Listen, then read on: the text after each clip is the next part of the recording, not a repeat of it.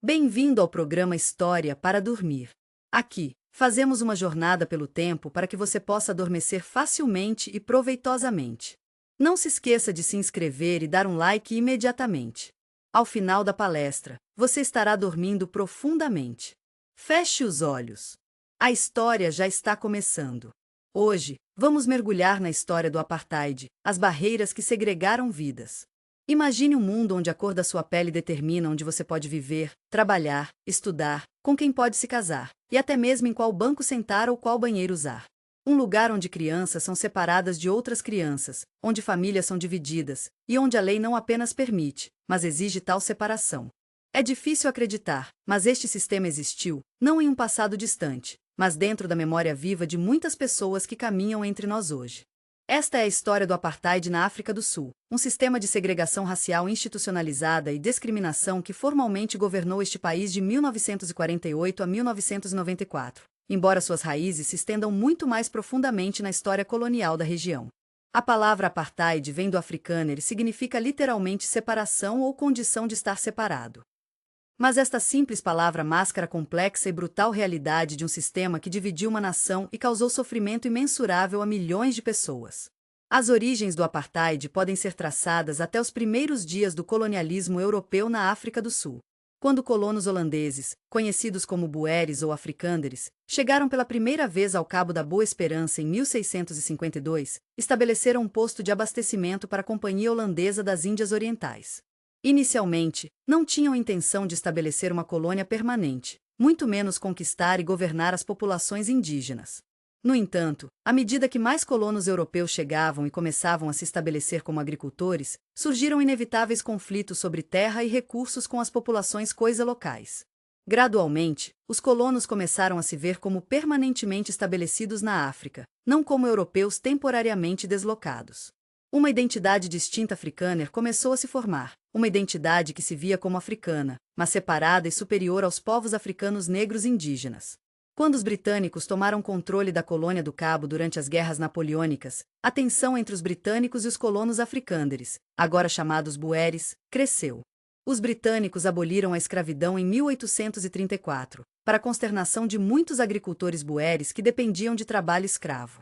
Isto, combinado com outras frustrações com o governo britânico, levou milhares de boeres a embarcar no Grande Trek, Grande Jornada, para o interior, onde estabeleceram suas próprias repúblicas independentes, o Estado Livre de Orange e a República Sul-Africana, Transvaal.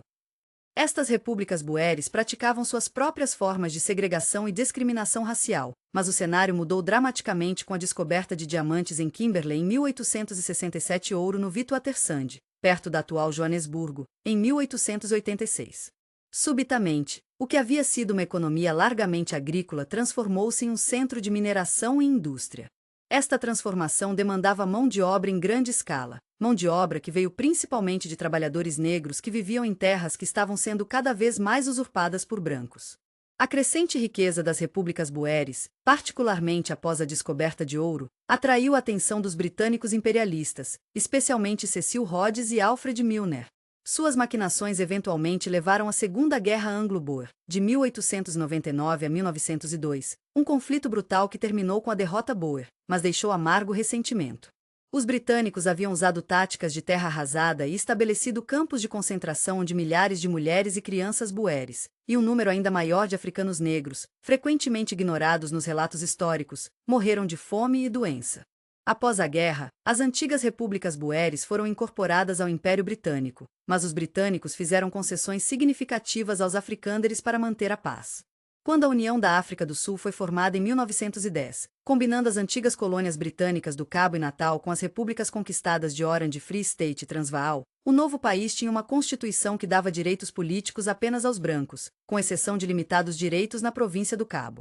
Nas décadas seguintes, cresceu uma aliança tácita entre os interesses mineiros britânicos, que queriam mão de obra barata, e os afrikaners, que queriam proteger privilégios raciais. Uma série de leis segregacionistas foi aprovada. O Natives Land Act de 1913 restringiu a propriedade de terra pelos negros a reservas que constituíam apenas 7%, depois aumentada para 13%, do território do país. O Natives Urban Areas Act de 1923 estabeleceu áreas residenciais segregadas nas cidades. O Immorality Act de 1927 proibiu relações sexuais entre brancos e negros. Estas leis estabeleceram as bases para o que se tornaria o apartheid formal. No entanto, foi apenas após a Segunda Guerra Mundial que o sistema tomou sua forma mais abrangente e rígida. A vitória do Partido Nacional, liderado por D.F. Malan, nas eleições de 1948 marcou o início oficial do apartheid como política de Estado abrangente. O Partido Nacional, que representava principalmente os interesses africânderes, havia feito campanha com a plataforma de apartheid contra o que via como políticas raciais inadequadamente rigorosas do Partido Unido então governante. Uma vez no poder, o governo do Partido Nacional começou a implementar o apartheid sistematicamente, passando uma série de leis que codificaram e expandiram as práticas segregacionistas existentes. Entre as mais significativas estavam o Population Registration Act de 1950, que classificava todos os sul-africanos em 4 categorias raciais: branco, nativo, posteriormente renomeado bantu ou africano, colorido, pessoas de ascendência racial mista, e asiático, principalmente de origem indiana. Esta classificação determinava virtualmente todos os aspectos da vida de uma pessoa, desde onde poderia viver até que trabalhos poderia ter.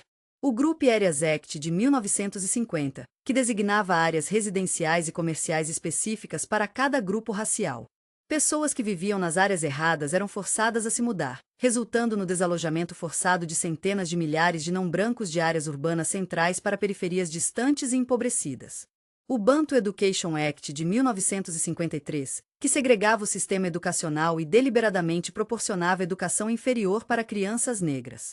Hendrik Verwoerd, então ministro de Assuntos Nativos e posteriormente primeiro-ministro, declarou abertamente que o objetivo era preparar os negros apenas para trabalho manual, não há lugar para o bantu na comunidade europeia acima do nível de certas formas de trabalho. Para que serve ensinar a uma criança bantu matemática quando ela não pode usá-la na prática? O Promotion of Bantu Self-Government Act de 1959, que criou 10 pátrias ou bantustões teoricamente autônomos ou independentes para diferentes grupos étnicos africanos. A ideia era remover a cidadania sul-africana dos negros ao torná-los cidadãos destes estados artificiais, que eram economicamente inviáveis e cobririam apenas 13% da terra, enquanto os brancos controlariam os restantes 87%, incluindo todas as áreas urbanas desenvolvidas e terras agrícolas valiosas. O Prohibition of Mixed Marriages Act, que tornava ilegais casamentos entre pessoas de diferentes classificações raciais, e o Immorality Amendment Act, que criminalizava todas as relações sexuais entre brancos e não brancos.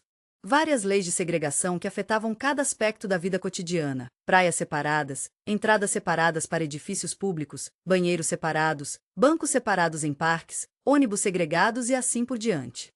Estes são apenas alguns exemplos do vasto aparato legal que sustentava o apartheid. Na prática, este sistema significava que os sul-africanos não brancos viviam como cidadãos de segunda classe, ou nem mesmo cidadãos, em sua própria terra. A implementação do apartheid transformou dramaticamente a geografia física e social da África do Sul. Comunidades negras vibrantes em áreas urbanas como o District 6 na cidade do Cabo e Sofiaton em Joanesburgo foram destruídas, seus residentes forçados a se mudar para assentamentos distantes e mal equipados. A cidade de Sofiaton, um centro cultural diversificado que gerou músicos como Hugh Masekela e escritores como Ken Temba, foi demolida em 1955 para dar lugar a um subúrbio só para brancos chamado Trion, significando triunfo em afrikaner. Milhões de pessoas foram deslocadas à força para os bantustões, frequentemente áreas áridas com poucas oportunidades econômicas. Estes territórios tornaram-se efetivamente reservatórios de mão de obra barata para a economia sul-africana branca. Homens adultos eram forçados a viver em alojamentos nas áreas urbanas onde trabalhavam, separados de suas famílias por meses ou anos, retornando para casa apenas em breves visitas. O sistema de passes tornou-se um dos aspectos mais odiados do apartheid.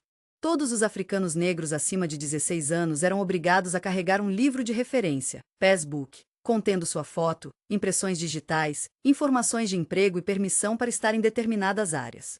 Ser pego sem um passe ou com um passe inválido resultava em prisão imediata e potencial deportação para um bantustão. Policiais podiam parar qualquer pessoa negra a qualquer momento e exigir ver seu passe, uma experiência humilhante e assustadora que milhões sofriam diariamente. Por trás deste sistema estavam justificativas ideológicas complexas. Os arquitetos do apartheid não o viam simplesmente como um sistema de opressão, eles o concebiam como uma solução para o que chamavam de problema nativo, como permitir que diferentes nações ou grupos raciais se desenvolvessem separadamente, de acordo com suas próprias culturas e tradições.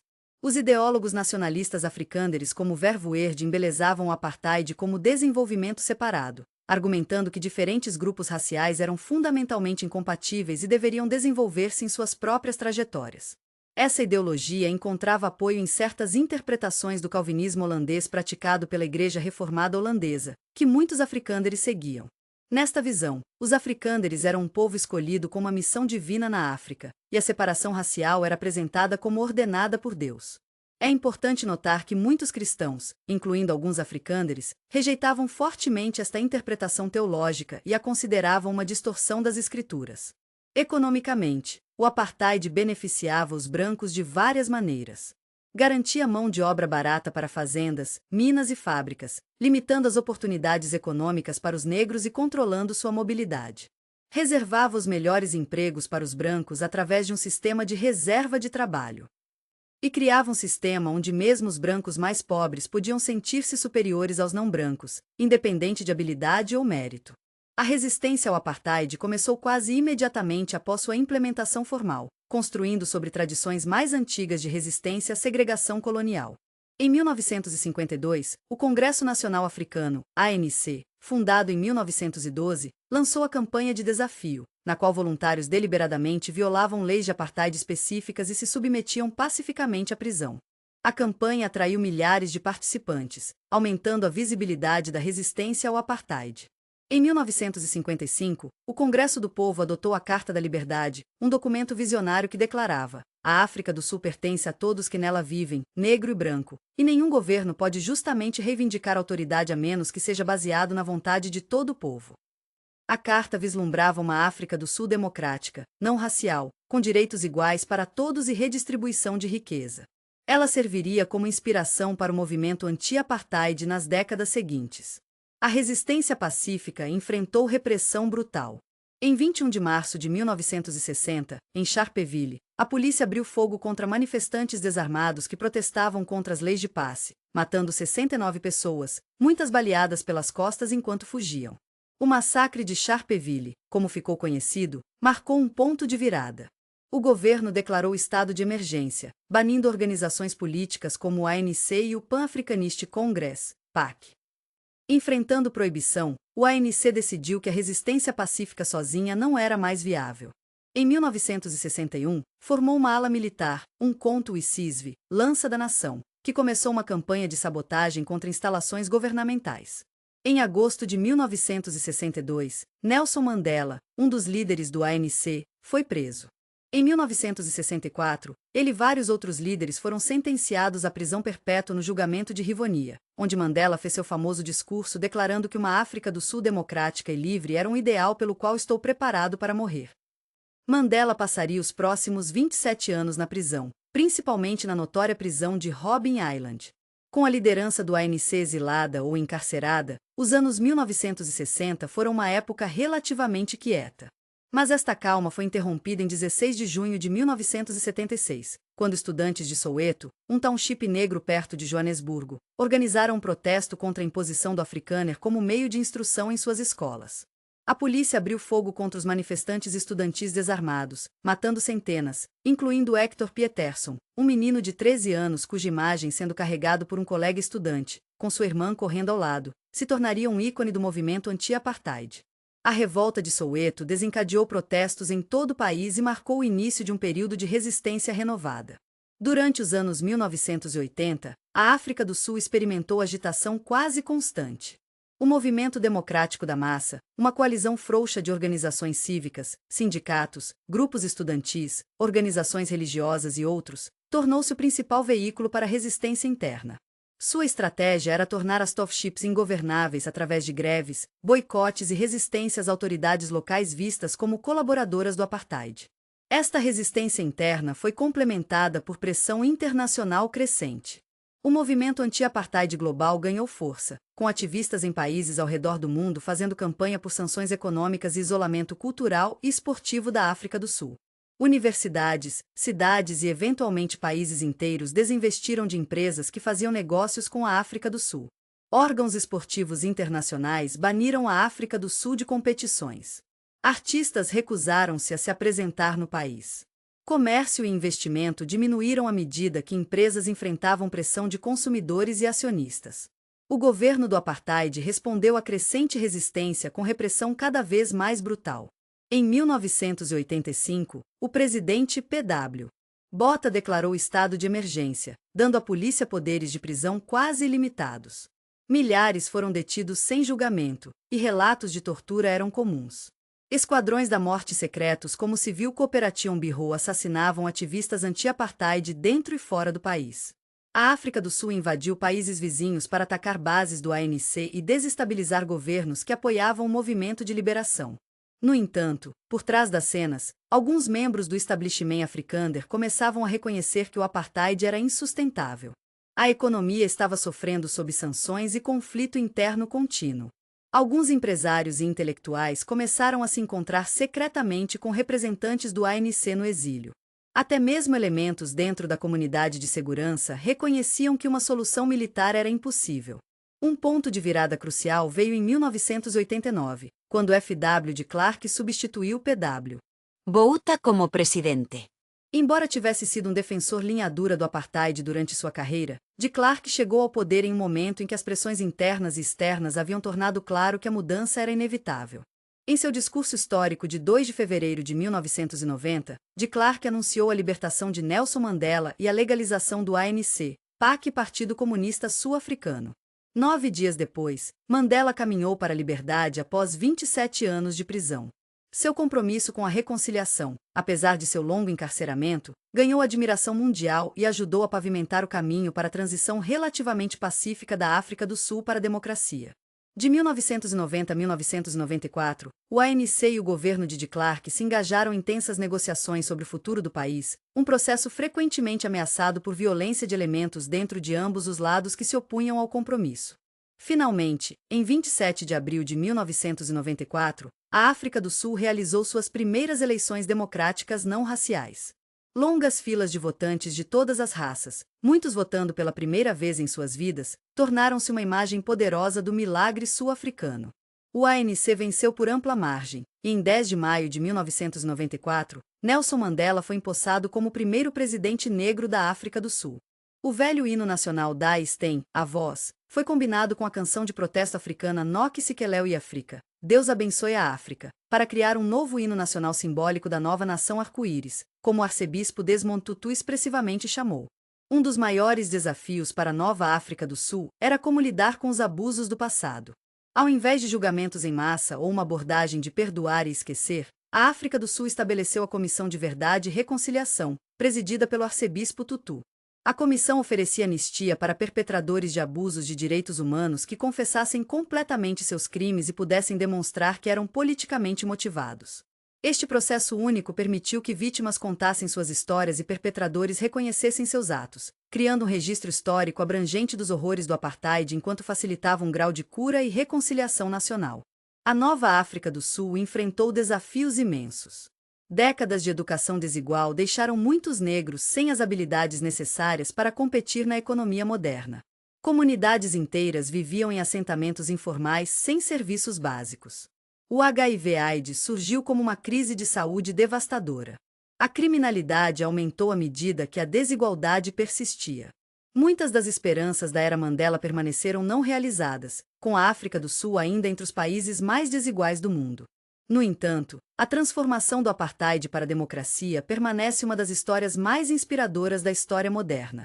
Um sistema que parecia entrincheirado além da possibilidade de mudança pacífica foi desmantelado através de uma combinação de resistência corajosa, pressão internacional e liderança visionária de figuras como Mandela, que entenderam que a vingança perpetuaria ciclos de violência, enquanto a reconciliação oferecia uma chance para um futuro melhor. O legado do apartheid persiste na África do Sul contemporânea de muitas maneiras. A desigualdade econômica entre grupos raciais, embora não mais codificada em lei, continua pronunciada, com a maioria dos negros ainda vivendo na pobreza enquanto a maioria dos brancos desfruta de padrões de vida relativamente confortáveis.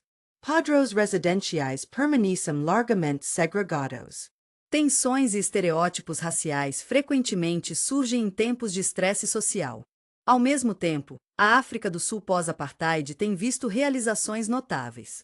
Sua Constituição é uma das mais progressistas do mundo, protegendo explicitamente os direitos de todos os cidadãos, independentemente de raça, gênero, orientação sexual ou outras características. Sua Corte Constitucional ganhou respeito mundial por suas decisões ponderadas e fundamentadas em princípios. E embora a estrada seja longa e acidentada, os sul-africanos de todas as raças continuam o trabalho de construir a visão articulada na Carta da Liberdade. Para entender completamente o apartheid, precisamos explorar mais profundamente como ele afetou a vida cotidiana de pessoas comuns de todas as raças. Para sul-africanos negros, o apartheid significava uma luta constante contra um sistema projetado para lembrá-los de sua suposta inferioridade. Um passante negro encontrando um branco em uma calçada estreita era esperado a dar passagem, muitas vezes tendo que pisar na sarjeta.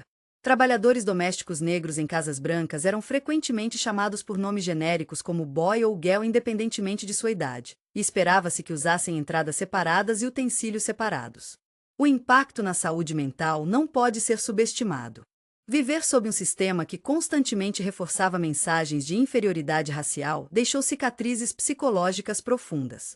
Steve Biko, fundador do movimento de consciência negra, escreveu poderosamente sobre como o apartheid havia feito com que muitos negros internalizassem a opressão, argumentando que a arma mais poderosa nas mãos do opressor é a mente do oprimido.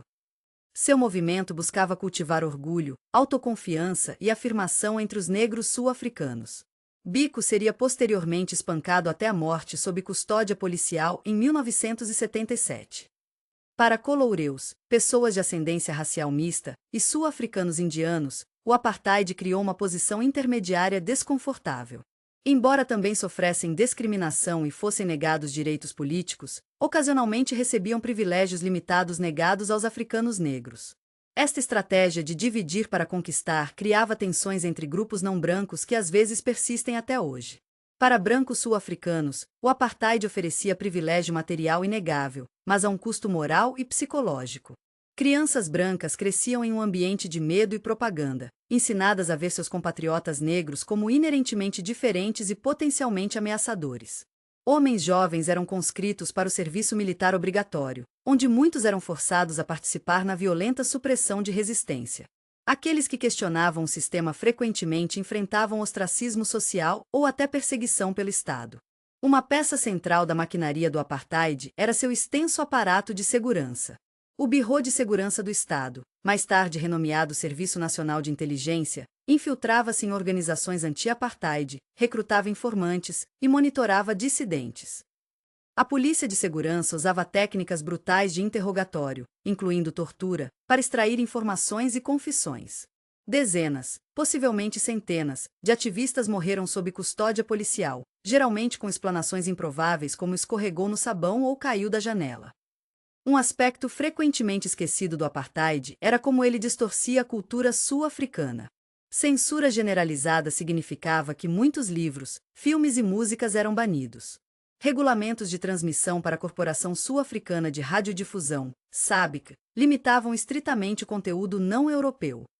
Artistas e escritores criativos eram forçados a trabalhar dentro de severas restrições ou arriscavam banimento, prisão ou exílio. Enquanto isso, a propaganda do apartheid era onipresente. Livros didáticos para crianças brancas retratavam africanos como primitivos que haviam sido elevados pelo contato com a civilização branca.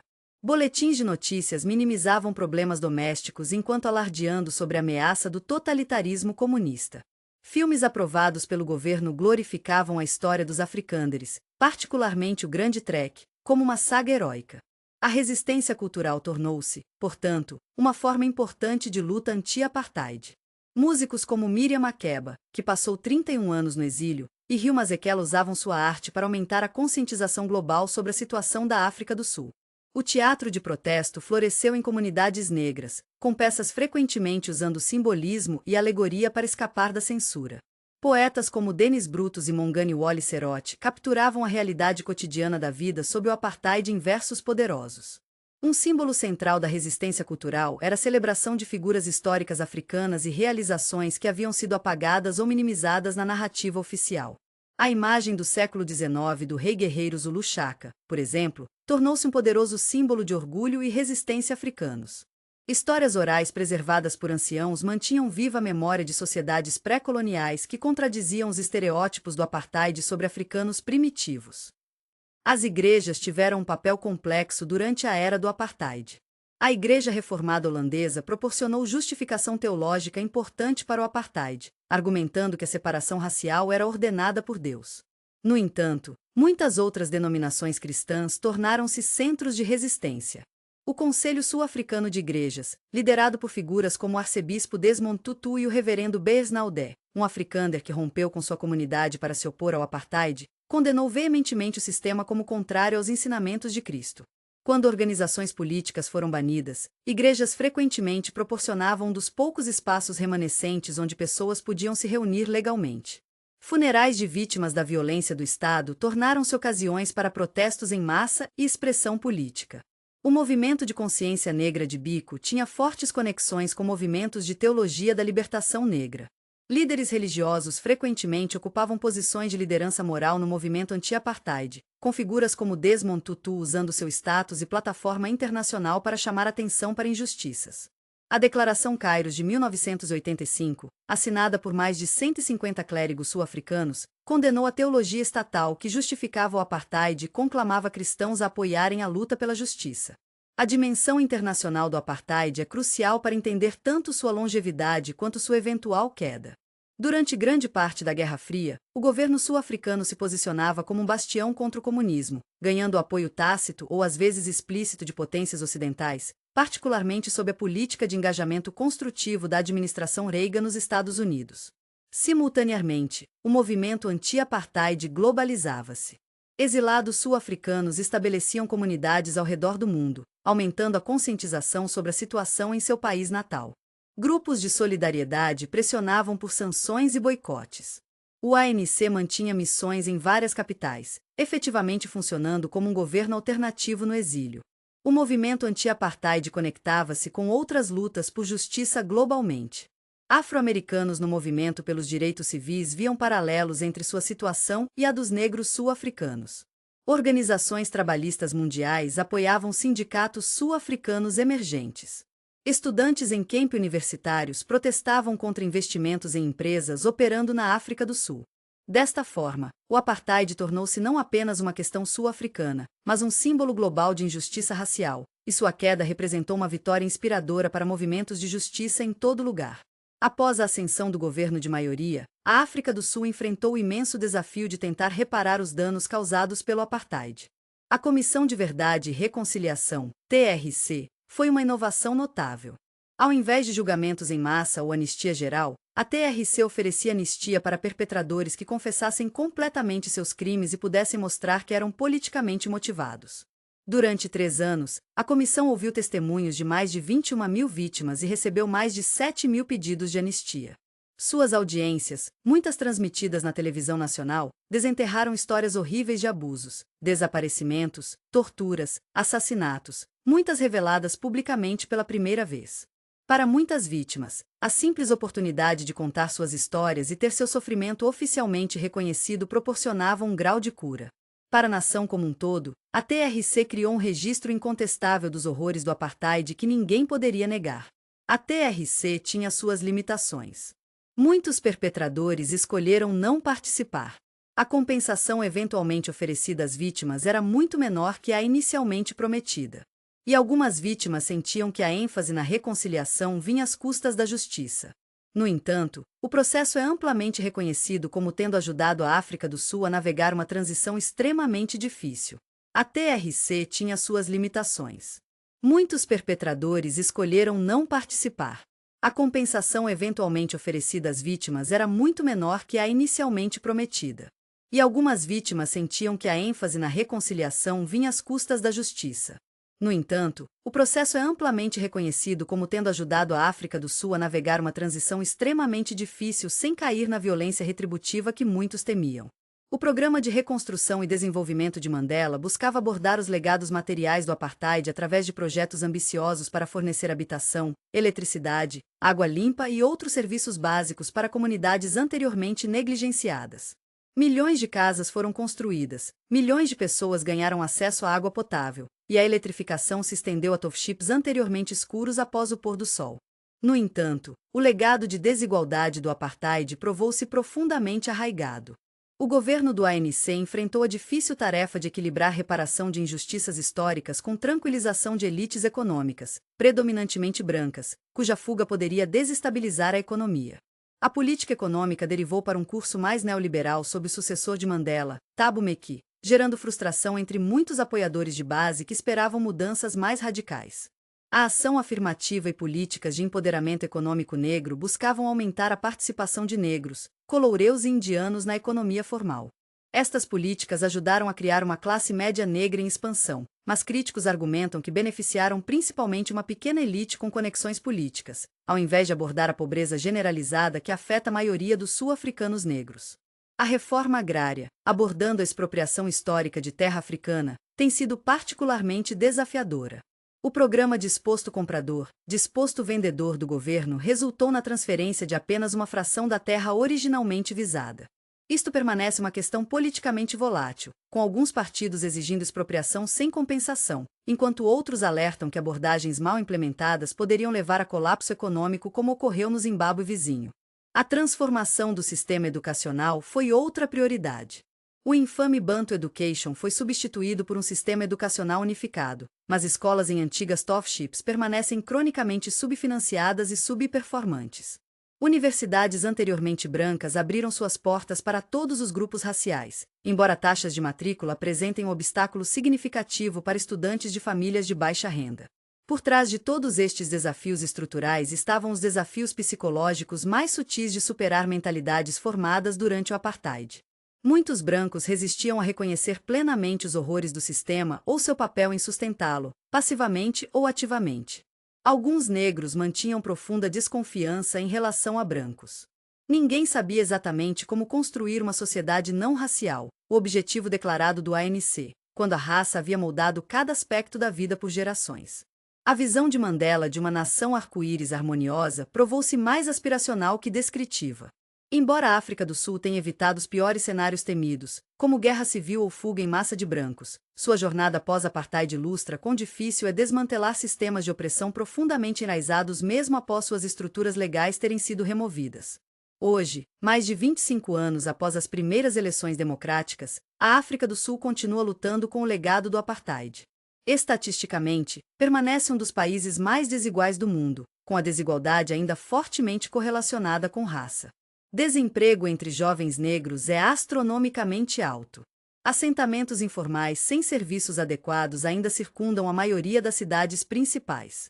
Crimes violentos frequentemente refletem as profundas fraturas sociais deixadas por décadas de opressão. Ao mesmo tempo, há sinais de esperança. A geração nascida livre, sul-africanos nascidos após o fim do apartheid, frequentemente demonstra menos preocupação com distinções raciais que seus pais.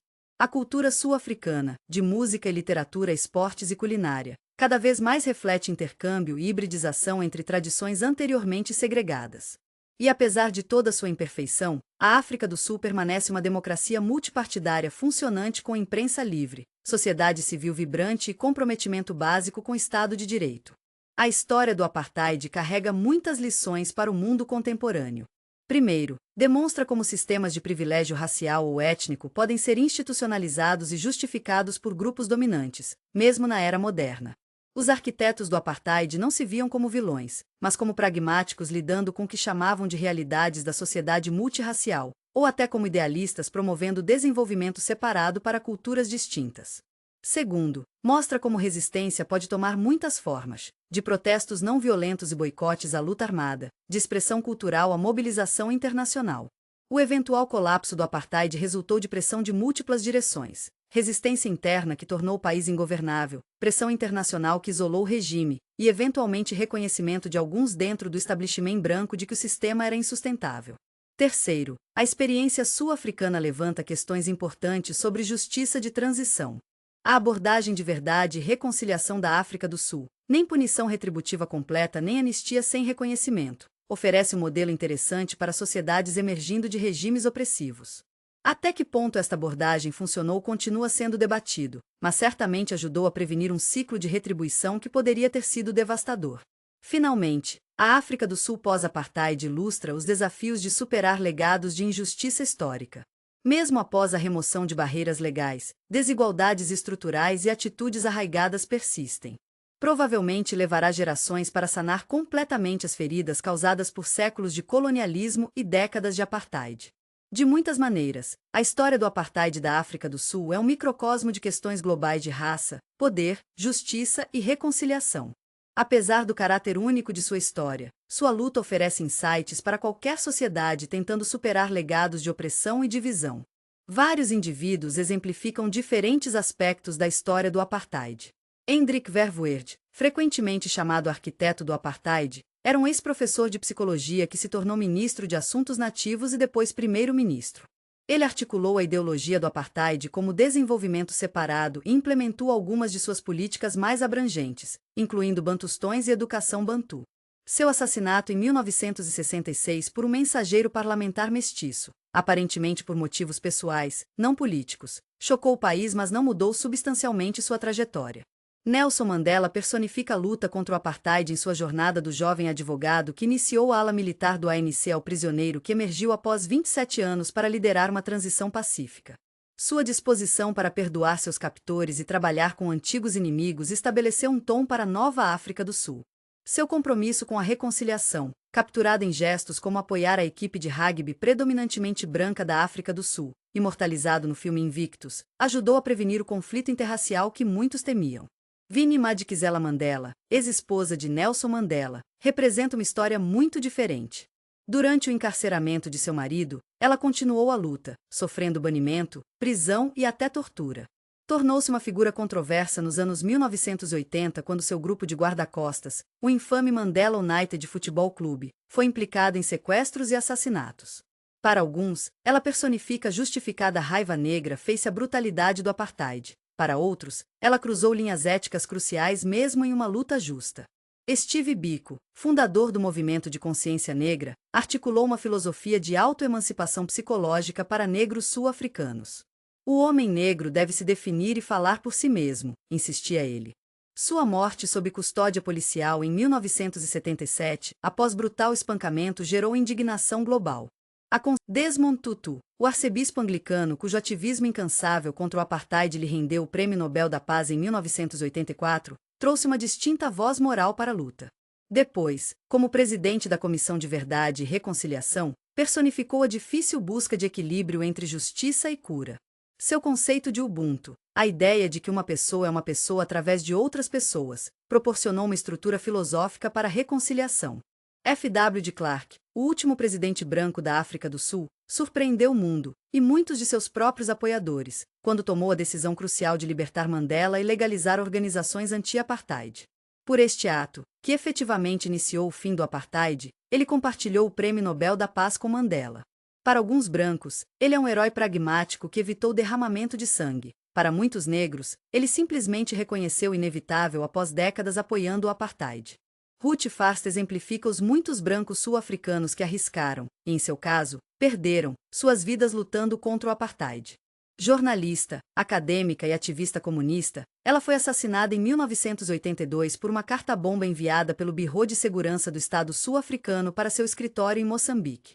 Sua filha, a romancista Gillian Slovo, escreveu comoventemente sobre crescer em uma família onde os pais priorizavam a luta política, às vezes às custas da vida familiar normal.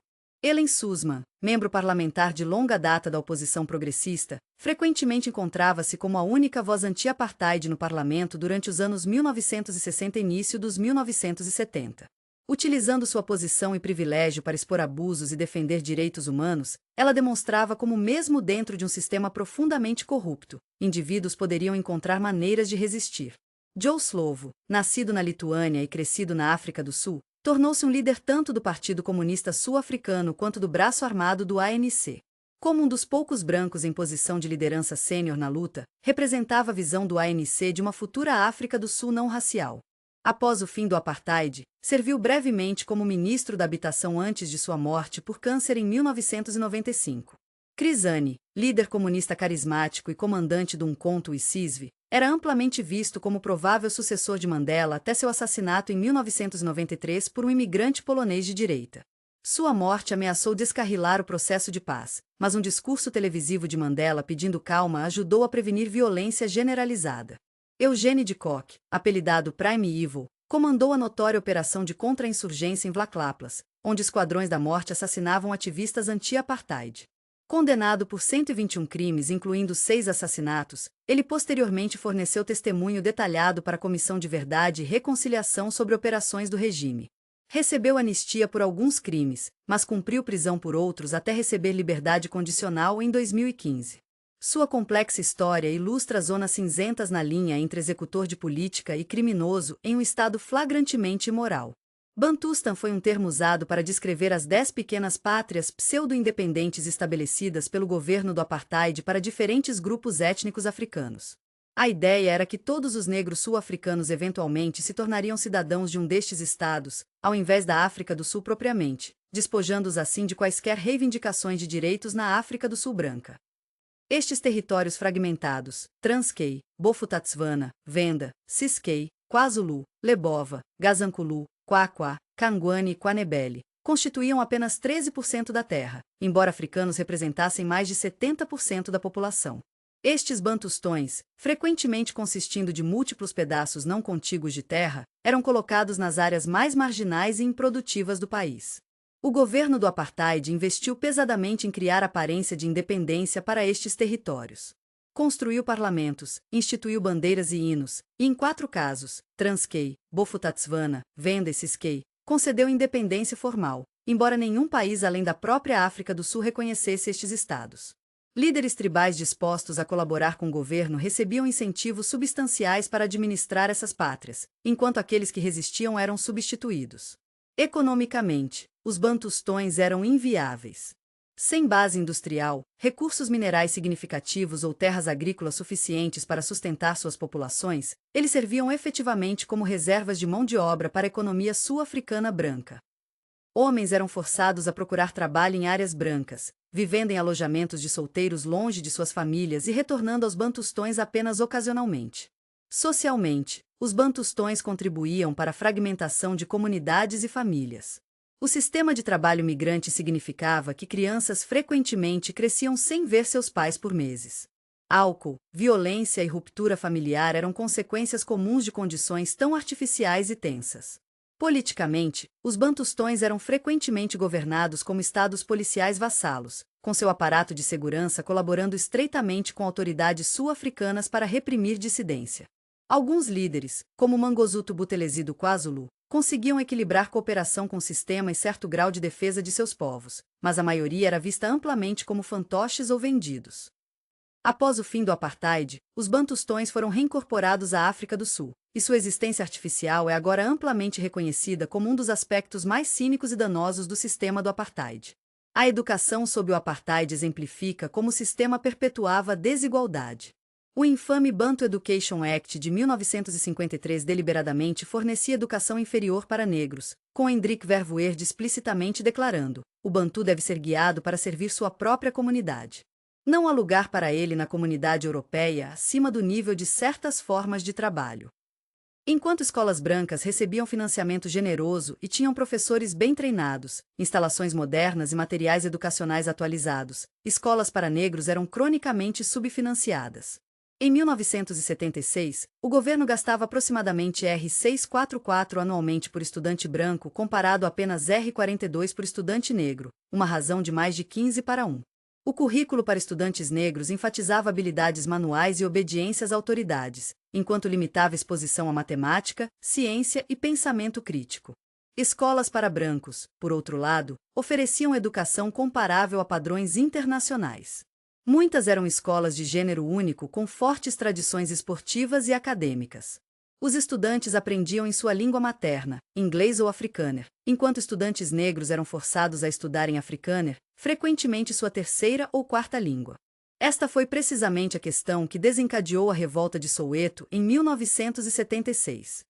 Quando o governo tentou impor afrikaner como meio de instrução para todas as disciplinas, exceto línguas nativas, em escolas negras, estudantes viram isto como tentativa de melhor prepará-los para servirem um sistema dominado por afrikaners, ao invés de melhorar suas perspectivas educacionais reais.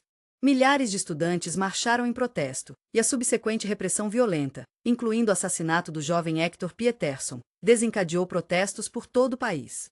O sistema educacional segregado teve efeitos duradouros. Ele deixou gerações de sul-africanos negros com educação inadequada, limitando severamente suas oportunidades econômicas mesmo após o fim formal do apartheid. Também perpetuou estereótipos e preconceitos raciais de todos os lados, uma vez que crianças cresciam com mínimo contato significativo com aqueles de diferentes raças. A vida familiar sob o apartheid era profundamente moldada pelas políticas do sistema. Para pessoas negras, o sistema de trabalho migrante significava que homens frequentemente viviam em alojamentos de solteiros nas cidades onde trabalhavam, enquanto esposas e filhos eram forçados a permanecer em bantustões distantes. Um homem poderia ver sua família apenas algumas semanas por ano, durante férias. Este arranjo artificial minou estruturas familiares tradicionais e contribuiu para altas taxas de infidelidade, alcoolismo e abuso doméstico. Na cidade, trabalhadores domésticos negros frequentemente viviam na propriedade de empregadores brancos em pequenos quartos de empregados, cuidando das crianças brancas enquanto raramente viam seus próprios filhos. Este arranjo criava relações complexas e ambivalentes. Muitas crianças brancas desenvolviam fortes laços emocionais com suas nanis negras, enquanto simultaneamente absorviam a ideologia do apartheid sobre superioridade branca. Famílias brancas geralmente viviam em subúrbios espaçosos, frequentemente com piscinas, jardins grandes e cercas de segurança cada vez mais elaboradas.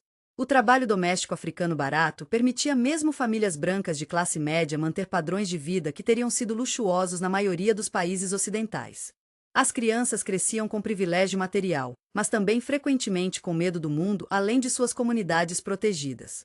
Para famílias coloureus e indianas, a experiência variava significativamente dependendo de classe econômica e localização.